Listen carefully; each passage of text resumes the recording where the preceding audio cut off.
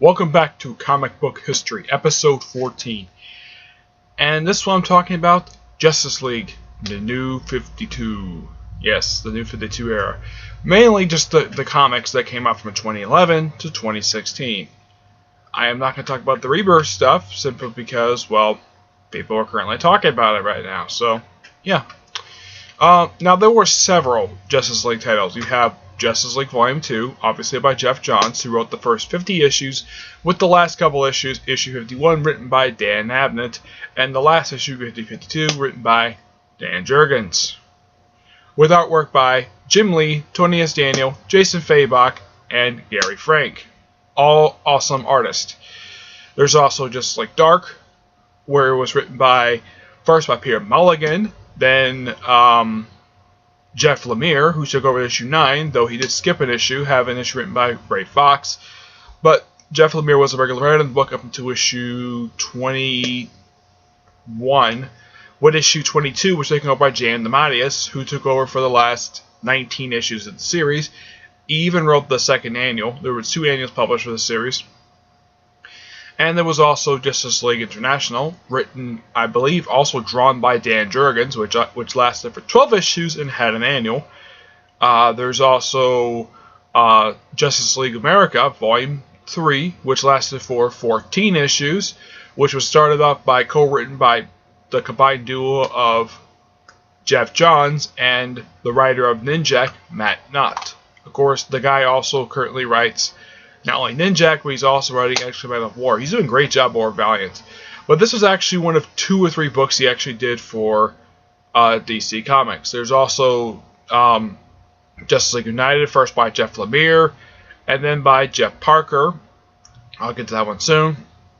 And of course, the Forgetable Justice League America Volume 4, written and drawn by Brian Hitch. I will get to that one dead last. First up is the Justice League Volume 2 by Jeff Johns. Now, there were several different story arcs. I, of course, have reviewed pretty much every single trade release for Justice League. Yeah, every single one released for Justice League. There's about 9 trades, well, 10 if you include the companion trade for the last story, which I'll get to in a minute. Then you got Origin, which, of course, when New 52 started, it started the aftermath of the Jeff Johns miniseries Flashpoint. A very good miniseries that led to something that got very heavy negative reaction when the whole DC universe decided to start over and have it established where all the superheroes showed up in the last 5, only showed up 5 years ago. That they kind of fixed it with Batman, where they actually have it where he's been around for 10 years. Yeah, they actually fixed it because it was kind of dumb to establish the fact that he had 4 Robins in 5 years. But they kind of fixed that, established that, yeah, he's been around for 10 years. Yep, they restored the fact that he's been around for 10 years. Alright, now the first story arc pretty much had the founding member Justice League coming together to do one thing. Stop Darkseid. Yep, in his invasion of the planet. And the series, of course, and in case you're wondering, the way it played out in the story was completely different than how it was. It's mostly the same, with the exception of a few characters that were depicted in the movie Justice League War, which, of course, the film is an adaptation of Origin, which had the founding member Justice League, which, in the new continuity, it's Superman, Batman, Wonder Woman, Baryon Flash, Hal Jordan Green Lantern, Aquaman, not Shazam, and Cyborg. Yep, these founding 7 members basically came together to fight Darkseid, and of course, they later stayed together. I should point out that in the comic, it was Barack Obama who was presented to the public. In the film, it was some random white president. And also the little girl in the comic was black too. The one who was getting ice cream. And Steve Trevor was there as their liaison, though he stopped being their liaison after the second arc. After issue 6, the book decided to jump ahead 5 years later, establishing a few different things happened during the 5-year jump. Apparently, Martian Manhunter was briefly brought to the team. That was until he betrayed the team due to a post-diagnostic suggestion, which he kind of did the same thing with Stormwatch. And apparently the events of Brave and the Bold 20 to 30, and apparently the first year of the original Justice League comic book came out in the 60s, is implied to have happened in the same continuity, when they bring up the whole thing with Amazo, Dr. Ivo, the Starro. Yeah, it's implied that the original appearances from the Silver Age when it comes to the Justice League was implied that did happen during the 5-year jump. And then they had the second arc, which featured the very, how should I put this, very disappointing villain in the form of David Graves. Yeah, the guy who apparently takes on the Justice League because his family was killed during a Darkseid invasion. Yep, that is the only reason why he wants revenge. And it's a very disappointing storyline. And then right after that, of course, in the last issue, we had Superman and Wonder Woman making out. And just by sheer coincidence, that particular spoiler was revealed on the very cover of issue 12. And also, it was the last issue done by Jim Lee, though he did come back to issue 40 of the series as part of the prelude for the final storyline of the series, before I got relaunched #1 for Rebirth. Also, with issue 7, they started a backup feature, the Shazam backup feature, which had a reintroduction to Billy Batson, aka Captain Marvel, which this feature I thought was pretty interesting. But for some people, they did not like this depiction at all. Mainly for some people I've heard, they didn't care for this incarnation. Thought it was too whiny. Yeah. Though the feature did skip an issue, first with issue 12 and issue 15. And I believe 19 is skipped as well. Well, yeah, we'll get to in a minute. Basically, 12, the reason why I skipped that, because it did have a backup feature, but basically the whole point of the issue was to reveal who this mysterious woman was, who appeared in issue 1. The woman in the purple cloak is revealed her name is Pandora, and it's also the first post-Flashpoint appearance of the Phantom Stranger, which I've heard one person liked this particular version of him, though his series was actually really good. That's just my honest opinion. They revealed that he was actually Judas Iscariot, the same guy who portrayed Jesus Christ prior to the crucifixion. Yep. So, yeah. It's a very dumb new origin story, but... And here's the thing. He has 30 pieces of silver around his neck as a reminder of it. Yep. And of course, they made the question a supernatural character and made him part of the Trinity of Sin. Now, I get maybe Phantom Stranger being part of this, and maybe Pandora, but the question really had no business being part of this. And of course, later on, these two got their own brief series, which got canceled in 6 issues. But yeah, this was considered to be the first appearance of the Phantom Stranger, and then about 2 months after this issue came out, the Phantom Stranger, at least the following month, the Phantom Stranger got his own ongoing series again, for the first time since the 1970s. Yep. And it was written entirely by Dan DiMatteis, with the opening issues co-written by Dan DiDio. Yeah, the guy who basically forced New 52 down people's throats. And also, during this period of time, I started getting into comic books. Now, I really enjoy the Phantom Stranger comic book, despite the dumb changes origin story. Okay? Then right after the whole issue 0, which the whole point of issue 0 is simply how Billy Batson gets his powers as Captain Marvel, aka Shazam. It's pretty much, from what I can tell, this is one thing that's quite interesting about DC. How he gets his powers is exactly the same as he always gets them, from the Wizard Shazam. And he uses it to have people give money. That's really the whole point of it. Yeah, and this issue was not collected in the regular Justice League trades. This was collected in the Shazam. This was collected in the Shazam trade that collected the entire feature. Right after this, we had issue 13, which picked up right where issue 12 left off, with basically Wonder Woman dealing with the whole thing of her and Superman may begin a relationship, which they eventually did. And of course, that led into a 32-issue ongoing series, Superman and Wonder Woman, where it was first written by Charles Shaw and then taken over by Pierre Tomasi with issue 13. And it had a few different artists. One, of course, was Tony S. Daniel. And then Doug Mankey, I think that one was. Yeah. Pretty much right after the whole villain's journey story arc, you had the Secret Origin of Cheetah, which brought in a new version of Cheetah, which was an okay storyline. The one thing I thought was really good for the storyline is the artwork by Tony S. Daniel, who introduced a new look to the character of Cheetah, aka Barbara Ann Minerva, which they maintained this look for at least 4 years until Liam Sharp changed the look with the relaunch of Wonder Woman. Yep. Yeah, they actually changed it with the relaunch of Wonder Woman. Yep. Then after that two-parter, they had the awesome Thorn of Atlantis storyline, which crossed over with the other Jeff Johns book. Aquaman, despite the fact just like never crossed over with the other book that Jeff Johns wrote at this point, which was Green Lantern. Yep.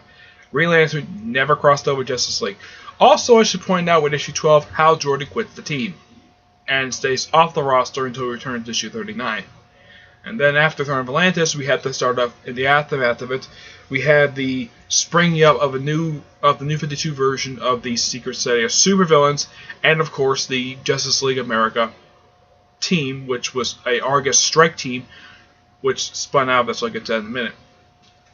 And then of course, right after the storyline wrapped up, we had a three-parter dealing with sort of a New 52 reboot version of Tower of Babel, which had it's a kind of a similar storyline to that, where Batman had various different plans to take down the Justice League because he's paranoid. And of course, this also brought in Despero, and also brought in my crazy theory that anytime that this particular character, Martian Manhunter, who shows up in the storyline, he has to show up no matter what. Yep, I don't know if it's an editorial mandate or something like that, but it seems like almost every single time Despero showed up, or Despero, depends how you pronounce, Despero, how you pronounce his name, almost every time this guy has shown up, Martian Manhunter is not far behind. The only comics I've read where Martian Manhunter does not make a single appearance where he has shown up was in Peter David's Supergirl. Most of the series pretty much went when he appeared in Rebels, though he did appear in the annual, in the flashback. The first issue of Forever, which took place like not long after this, and when he showed up in Death of Hawkman. Yeah, Martian Manhunter didn't show up there, but most of the time Martian Manhunter has generally been in the same comic book. And the only reason why I know that the whole Justice League America #1 takes place, it is sort of semi-canon with this continuity, is because the chess pieces that Despero uses from his daily appearance in Justice League America #1 is actually shown to be in the Watchtower. Yep. Oh yeah, and the Watchtower makes first appearance in Justice League #7. Excuse me. Then after the storyline with issue 20, the tower crashes to the planet, and it stays there until after Forever Evil. Yeah, it actually stays there. And of course, you had Trinity War, which I thought was an interesting storyline, which crossed up with Justice League America and Justice League Dark. I'll get to those series in a moment. I want to finish talking about Justice League. I actually enjoyed the storyline. Tivia didn't really care for it, but it later led to a very awesome storyline featuring when the storyline ended with the return of the Crime Syndicate. Now, the obvious question was, how in the world did the Crime Syndicate defeat 3 Justice Leagues? Simply put, this is kind of explained in the tie-in thing with Freddy Blight, with the whole fear creature thing called Blight. Apparently, he caused the whole 3 Justice League to be afraid and had them all be sucked up in the Firestorm Matrix. Yep. And in the absence of the Justice League, they had it where Lex Luthor formed his own Justice League called the... Well, it's referred to never in story as... It's basically his own Justice League, comprised of himself, Bizarro,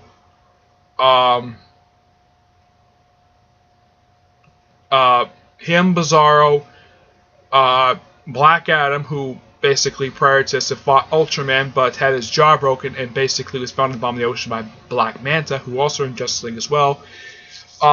Captain Cold, and of course Catwoman, with Batman basically sort of being allied to them, and Cyborg, who actually survived the whole thing because he had been revealed to be... There was a virus play system called Grid, which also was the name of a storyline, 3-parter from Justice League prior to Trinity War. Oh yeah, in issue 21 they actually wrapped up the Shazam backup feature by having Black Adam die, though he later came back in his own one-shot, which took place prior to him show up in Justice League, which the tie-ins for it had mostly the first 3 issues dealing with just the origin story of most of the Crime Syndicate, with the exception of Superwoman, which by the time of her death, nobody ever finds out her origin story. Nope, nobody ever does. Then, of course, we also had the introduction. We also had pretty much the book become sort of a cyborg book, which later laid credence to him really getting his own book. He eventually does, and still does this very day. Yeah, it becomes a cyborg solo book where first he recruits the Metal Men, which they make their first post-Flash appearance in this very storyline, and also they bring in the Doom Patrol for 2 issues. Though it's the second lineup of Doom Patrol, which all of them apparently die in their second appearance, where they were killed in battle by the Crime Syndicate. Though it was later revealed by Batman in the following storyline, they actually faked their death to get away from Niles Cordair. Cliff Steele, aka Robot Man, his brain makes a cameo in the storyline, which later on he does become, well, Robot Man. And of course, later on during the course of he recruited, Lex Luthor recruited Deathstroke, and Deathstroke said, "Okay, you owe me a big fat paycheck for this." And this is, of course, after he had killed Copperhead. Yep, he killed Copperhead by shooting him in the head. No joke. And what did each one of these people do? Well, Lex killed his own Earth-3 doppelganger. He also killed Atomica. And I think that's it. That's all he killed. Black Manta killed the Earth-3 Alfred Pennyworth, who was the leader of the Secret Supervillains. I'll get to them in a minute. Let's see. Captain Cold froze Johnny Quick's leg and smashed it, though Johnny Quick later got killed by the Earth-3 Lex Luthor, who apparently also later on killed Deathstorm, and apparently he also killed their world's version of Shazam and Hawkman. Okay, so apparently he's responsible for killing 4 characters, 2 of which off-panel. Now, what about the rest of the Crime Syndicate? Oh, I almost forgot. Sinestro joins the group. Yep, Sinestro, who just happened to show up right after Jeff Johns wrapped up his run for Green Lantern. Yeah, he just shows up completely out of nowhere, and then later on fights the Earth-3 Power Ring, aka Hal Jordan, though they have it spelled as Harold Jordan, though normally it's just Hal Jordan. And he kills him by ripping off his arm. No joke, that's what he does in the storyline. And then, of course, after this, almost all, like, in the aftermath, and once the Crime Syndicate gets defeated with Ultraman, Superman in prison, and Owlman gets away, all of the members of the Justice League get all pardons. Yep, they all get, well, those of who had criminal records prior to this, they all get pardons by the president because they helped save the planet. And then later on, Lex and Captain Marvel, who actually inadvertently helped start the Trinity War, they later joined the Justice League. Though Captain Marvel joins issue 33, and Lex joins the following issue. As when Captain Cold joins, it's implied he joins right in the storyline because it's implied he somehow joined, even though there's never been an official record of when he joined Justice League, despite the fact he apparently was a member of the roster. And of course came a few interesting storylines after this. One, of course, was the Injustice League, which was the Aftermath storyline for Forever Evil, which had Lex basically, of course, finding out at the end of Forever Evil that Bruce Wayne is Batman. And of course he confronted Bat, basically, he confirmed, yep, he's Batman. And of course, this also had the reintroduction of Doom Patrol, the original version, though they all had completely different looks. I didn't mind the new looks, so apparently they, and prior to the Grid story, during the Grid storyline start of it, they had 3 new people join the Justice League. They had Atomica, who was known as at that time was the Atom, Firestorm, and Element Woman. Element Woman had been introduced at the end of Flashpoint, but after the Injustice League story, apparently after February, she joined the Doom Patrol. She apparently was forced to join the group by Niles Cordair, who was written like the way he was during the Grant Morrison run. No joke. You look at Wikipedia, he's written like according to Wikipedia, basically the way he's written to be like how Grant Morrison wrote him during his run for Doom Patrol back in the 80s. Him being a complete jerk. And no, the Doom Patrol are not villains. They just happen to be fighting with Justice League over Power Ring. Though she later joined Justice League after this. Excuse me. After this, the Doom Patrol themselves, the New 52 version of them, they never appear again in the continuity. Though they later on got their own spin-off, they got their own series again. Though it's never stated if it's in canon or not. It's under Young Animals. And of course, right after the Injustice League, we had a Mesovirus, very interesting storyline, which brought about a new version of Meso, and also introduced Lena Luthor. Lex's sister, who later became a character, who later became sort of a player in the following storyline Darkseid War, and of course in the story series Superwoman. Yep, and of course came Darkseid War. Now I should point out during the whole Forgetable tie-ins, this is also when the series was receiving delays.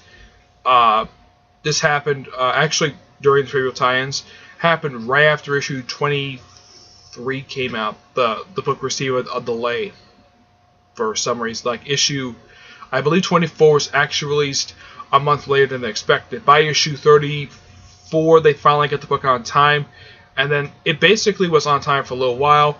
And then, of course, well, Convergence happened.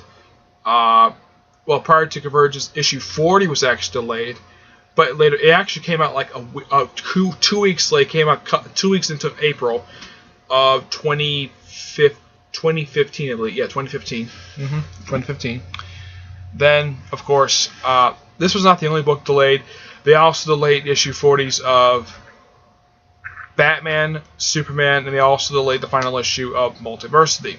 Yep, 4 books. Oh yeah, and I think they also delayed. I think that's when the final issue was released for Batman Eternal. Yep. Yeah, it was a really weird period of time. And of course, after Convergence happened, we had the Darkseid War. For the first part of it, it actually came out all on time. It was a very good storyline. Then after, I think it was after issue 45, 46, Justice League, along with a couple other books, started receiving delays for some reason. Justice League had a good reason because Jeff Johns was busy with TV stuff, but Batgirl received a minor delay with one of the issues released a month late.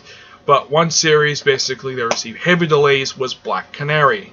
And that's probably what caused the series to be canceled to 12 issues. That's just my theory anyways. With issue 50, basically, that's when they wrapped up the storyline Darkseid War. They also had a few one-shots that go along with it. Basically, for pretty much all the members of Justice League, with the exception of Captain Cold and Wonder Woman. But pretty much everybody else did get one. I think it was just Wonder Woman, Captain Cold, and Cyborg were the only ones who did not get their own one-shots. The Batman one-shot was run by Perry Tomasi, but all of them are really good. And of course, there was Darkseid War, which was supposed to come out in March of 2016, but was delayed, along with next parts to Darkseid War. The whole storyline was wrapped up in issue 50, and then of course that was also Jeff Johns' last issue before. Okay, you have 2 more issues left to come out, so what are you gonna do with these last 2 issues? I got an idea. Let's have the previews for the upcoming Rebirth books. Issue 51 was a preview was actually sort of a prelude into Titans Rebirth, and 52 was a prelude into Dan Jurgens' currently awesome run for Action Comics. So, hit or miss, basically. It's sort of kind of slow at first when it comes to Justice League, but it does get much better. I mean, some people point out that point to the storyline that really got the series going a lot better is when they had Thorn of Atlantis. After that, with that storyline, and after that, book became much better. I do kind of agree. The book had sort of an interesting, controversial start to it, but it does get better nonetheless. But the book had great artwork for 52 issues. Now comes the other books. First, Justice League International, lasting 12 issues and 1 annual. Interesting series. They pretty much, the lineup for this series was Booster Gold. I think it was Booster Gold, Fire Ice, Guy Gardner. Catherine was not part of the group. Excuse me. Red Rocket, and I think Vixen. Yeah, I think Vixen. But then about halfway through the series, Red Rocket was killed. Fire went to coma along with Vixen. And then they added, for the final issues of the series, they added Batwing, Omac, who previously had his book be canceled. And I think that was it. It was the only people they added to the group that I could think of. And then with issue 12, that was the last issue. And of course, the series was concluded with the annual, which I've heard is not very. I've read it. I thought it was okay, but some people said it was really horrible. Especially it was written by Jeff Johns and Dan DiDio. And they had Olympian and the Hammer's Blue Beetle joined the roster, though Guy Gardner quit with that very annual. And after this annual came out, the JLI was disbanded and never brought up ever again. Now, there is a rumor I heard of why the series was canceled. This has never been officially confirmed. The rumor was that Justice League International was actually beating Justice League in the sales. So Jeff Johns got jealous and had the series get canceled because he was jealous that JLI was beating Justice League in the sales. That is just a rumor. I'm like, that's a really stupid reason to cancel Justice League International. Yeah. And of course you have Justice League Dark, which had several different writers. I mean, yeah, first story arc, simply get the team together, find some magical thread, and of course Madame Xanadu left. They had later on basically had a brief crossover with iZombie, a great series that was canceled. The sales were affected the series, not by the fact that, oh yeah, maybe the series was bad. No, the series was actually really good. The reason why I believe the series was canceled was because of Twilight. Yes, the Twilight films pretty much ruined the conception of vampires in comic books. That's the reason why we hadn't had a good vampire, as we haven't had a vampire comic published by DC Comics since this series was canceled. After only 19 issues plus issue 0. So, the point to blame why a vampire was canceled is because of Twilight. Though Marvel basically got back at that saying, hey, Twilight sucks. Let's have it where Blade kills let's have Blade killed the main characters of Twilight, but have them be stand-ins, not the actual characters, because, well, they want to be sued by whoever, I think it was New Line Cinema who made the Twilight films. I think so. Yeah. So, yeah, Blade come in and saying, you guys suck, and have him get killed right in the spot. I thought that was really hilarious. But that was in Ultimate Avengers 3. Awesome series by Mark Millar. Yep. And of course, later on you had Books of Magic, which basically had Timothy, the guy from the Books of Magic series, become sort of the savior of magic. And of course, you had the Death of Magic, interesting storyline, which also had an annual. You also had a brief crossover appearance by Flash. It had many different supernatural characters in the series. People like, of course, John Constantine. Pretty much anybody who was in the Justice League Dark film was part of this series. Etrigan was not part of the series. Batman showed up in the first story arc, but that was really it. The book also feel like, let's see, we also had Pandora, Mindfold. Yeah, a bunch of supernatural characters. Some of whom you probably never heard of. Even Shave the Changeman. No, not the Steve Diggle character. The character came up here, Mulligan. He also was one who created the reboot version of him. Yep. Of course, you have Famous Stranger, Pandora, even the supernatural version of The Question briefly joined the group. Yep. And of course, after Trinity War, we had the Blight stuff, which was awesome. And then you had two storylines to come after this. One was the Aftermath storyline, basically dealing with the whole thing with Nana Parbat, when Nana Parbat came back. And then the last storyline, which unexpectedly, I did not know the series was going to cancel at this point. I was buying the series at this point. But apparently the whole House of Wonders thing, where the whole team got scattered throughout time, eventually they got back together in the final issue where John Constantine wanted to have the team just leave for a bit and have them get reconnected with the House.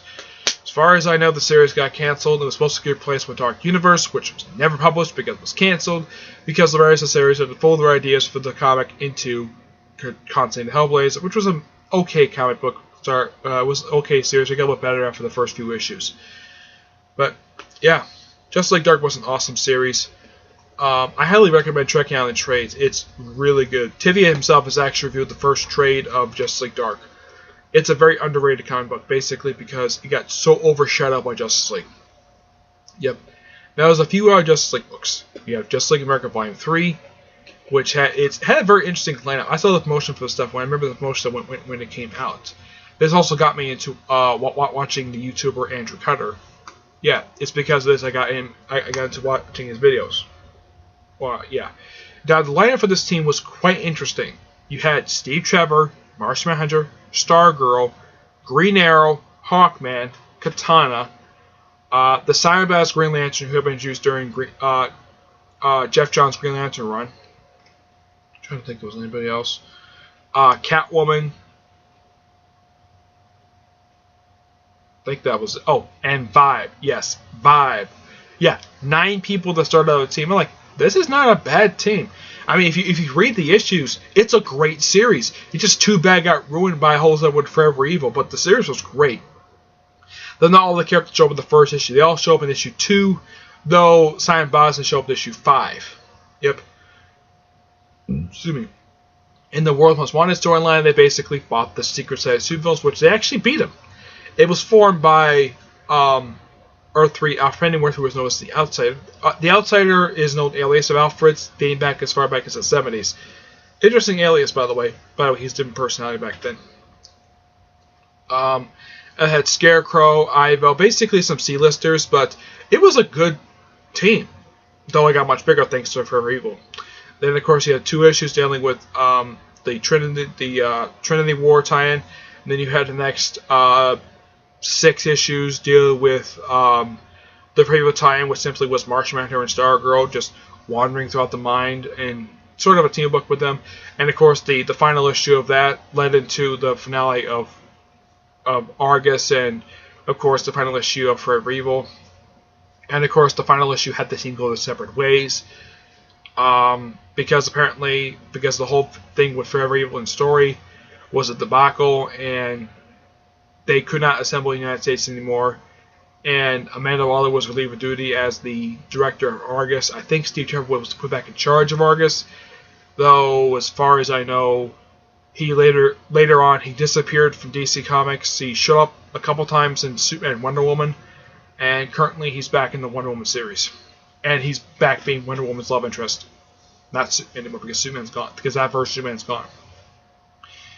Oh, and during the World's Most Wanted issues, for issues 2 through 5, we had a backup feature for Martian Manhunter, which probably later gave DC reason to give his own brief ongoing series by Rob Williams. Awesome series. And right after that, this character was never seen again.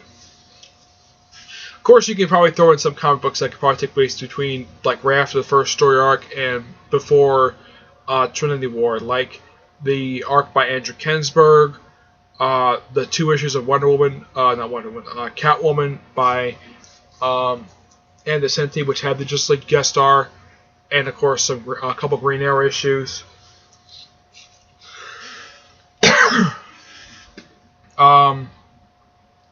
And, of course, the Hawkman series, which was Savage Hawkman. Awesome series. Too bad it got canceled, probably due to Rob Liefeld, but the series had great writing to it. It was a great series. And I thought that the potential love interest that Hawkman had in this series with Layers of Justice League America, that never happened. But the final issue actually took place during issue 2 of Justice League America. Yep. But Justice League America, this was an awesome comic book. It's just too bad it was canceled after only 14 issues.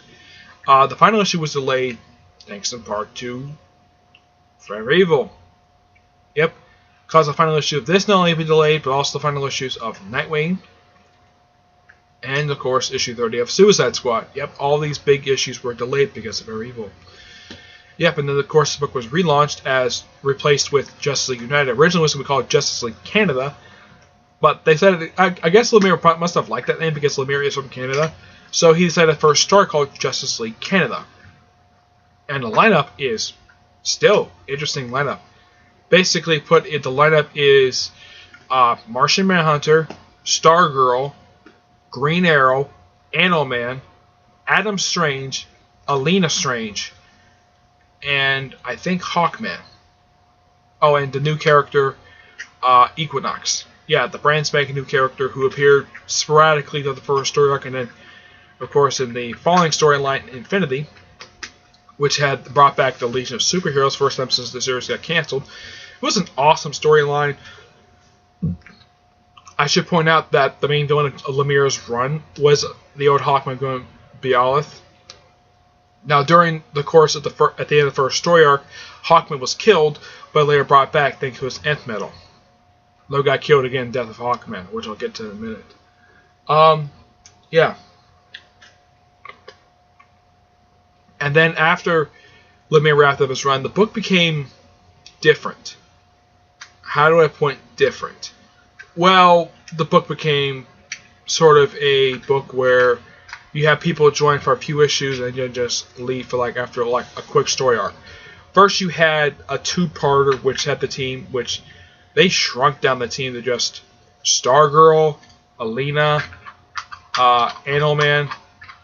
Yeah, apparently for some reason, Supergirl, Green Arrow, and Martian Manhunter were unexpectedly removed from the roster Yeah, this was never explained.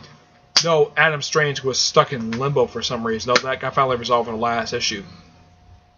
So basically, the team decided to recruit some temporary members in order to solve a mission. To recruit for this one thing, and then they're done. And they recruited, in these 2 issues, they recruited Mira, Swamp Thing, Poison Ivy, Etrigan, and Jason Blood. That's it. And it fights a random creature, and of course Swamp Thing currently gets killed, and that's really it. Of course, they also had the book tie into what was going on in the pages of Aquaman, because, well, Parker had previously written Aquaman, so he had to, well, throw that in there because he previously wrote the book. Then you had a 2-parter, 3-parter, which came right after that, which had the team recruit some new members, with Steel, Batgirl, Roadman, Doom Patrol, and Vandal Savage. And had much better artwork than the first. Despite the fact you could tell exactly what was going on. The first story arc for Jeff Parker, you had no idea what the heck was going on.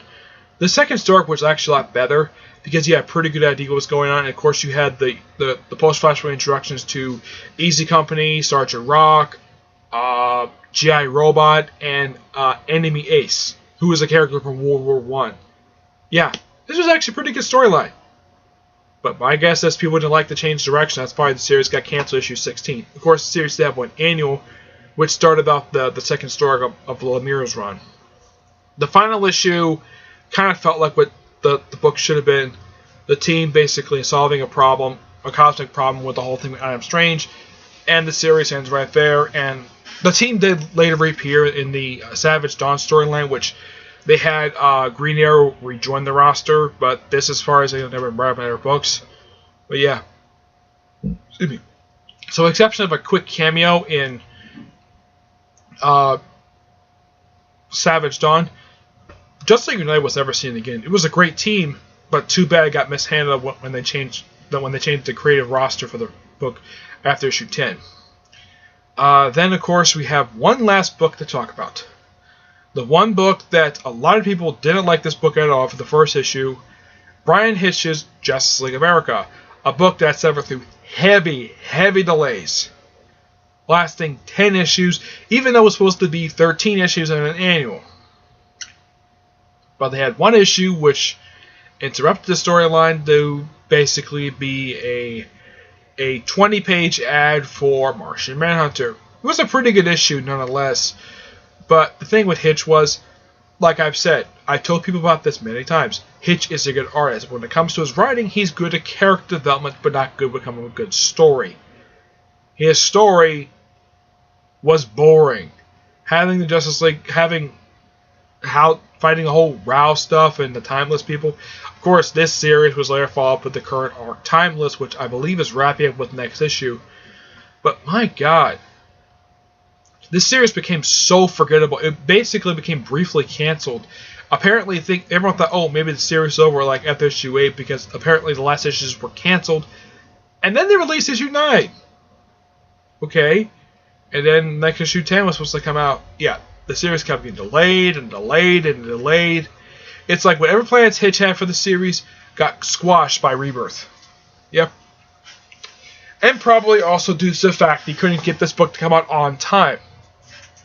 Yeah, that was one of the book's major problems, was the fact the book could not come out on time, and it's like no one could take Hitch off the artwork for the book, or at least have somebody help him, for crying out loud. Like, put a co-writer on the book. Do something to get this book out on time.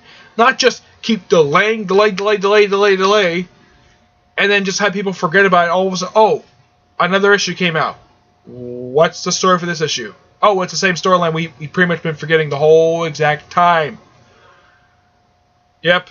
The Infinity thought I thought was pretty interesting, but nothing was really resolved for this until Hitch basically decided to follow up in Timeless after the whole Justice League vs. Suicide Squad stuff. But yeah, that's really it when it comes to Justice League for the New 52. Yeah, I know this is a long video, but there was a lot of talk about this several series. But of all the series, all of them are good, except for Justice League America Volume 4 by Bryan Hitch. Good artwork, terrible storytelling. And apparently DC thought, okay, let's have him do the main Justice League book because he couldn't keep the main book up on time.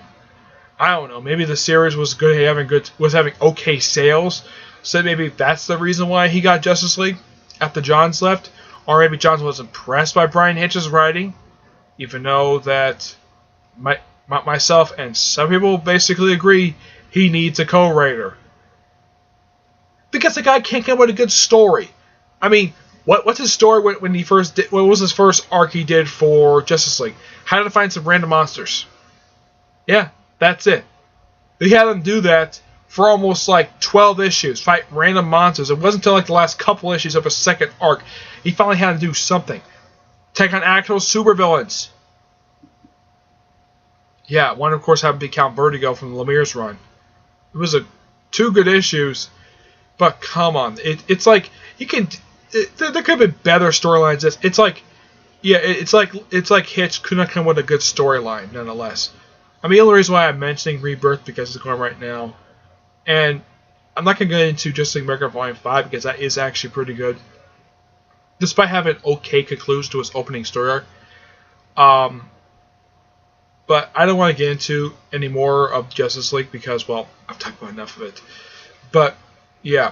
So, that is it for this 40-minute episode. Yep. Next episode, moving out of Justice League, I'm talking with Justice League member 1. I'm going to talk about Hawkman. First of 2 videos.